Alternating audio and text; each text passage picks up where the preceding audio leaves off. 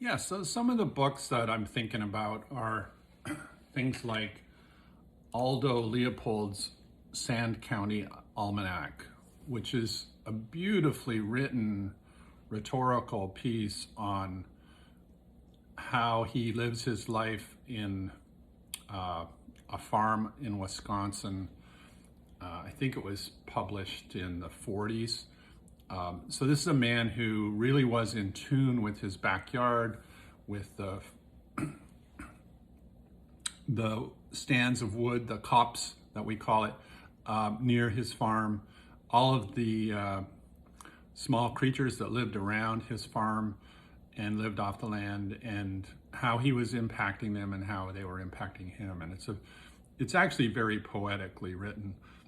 Another book that, and you can say that Aldo Leopold, John Muir, they're both, Wendell Berry, they're in this group of early 20th century sort of ecologists that really helped to found the movement, but weren't really recognized in their own time, with possible exception of John Muir, of course. But people who founded things like the Sierra Club and the environmental movement in the United States that spread beyond, obviously, in the 60s and 70s.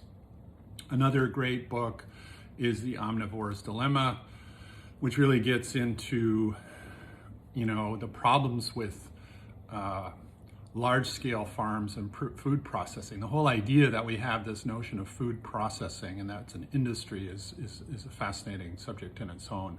In fact, I'll post some pictures and maybe I'll share another snippet about a trip that I made down to California, to the Imperial Valley in 2014. I was living in Ottawa at the time, and it was a very cold winter.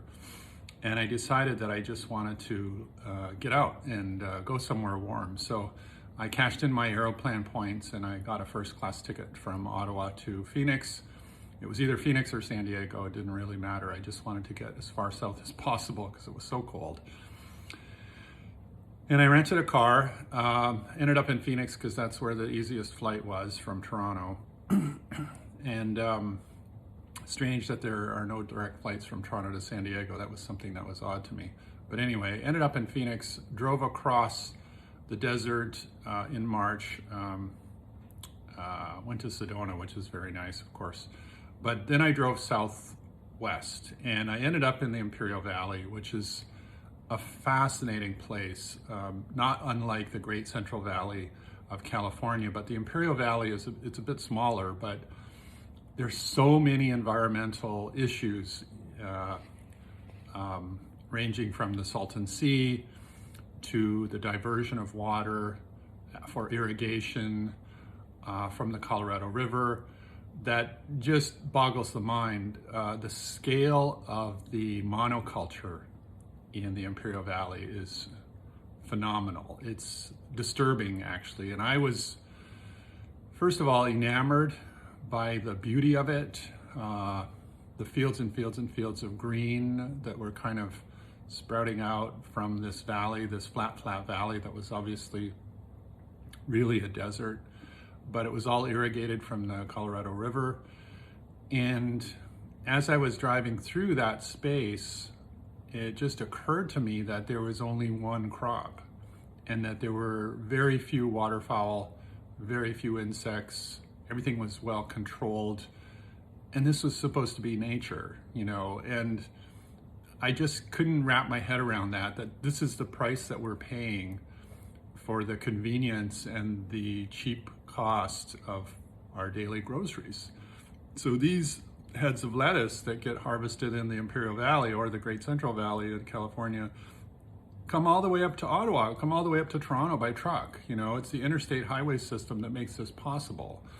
So you're spending all this fossil fuel to deliver something that's been produced in a way that's just not natural, and it's probably harming the environment significantly in its production, let alone its distribution.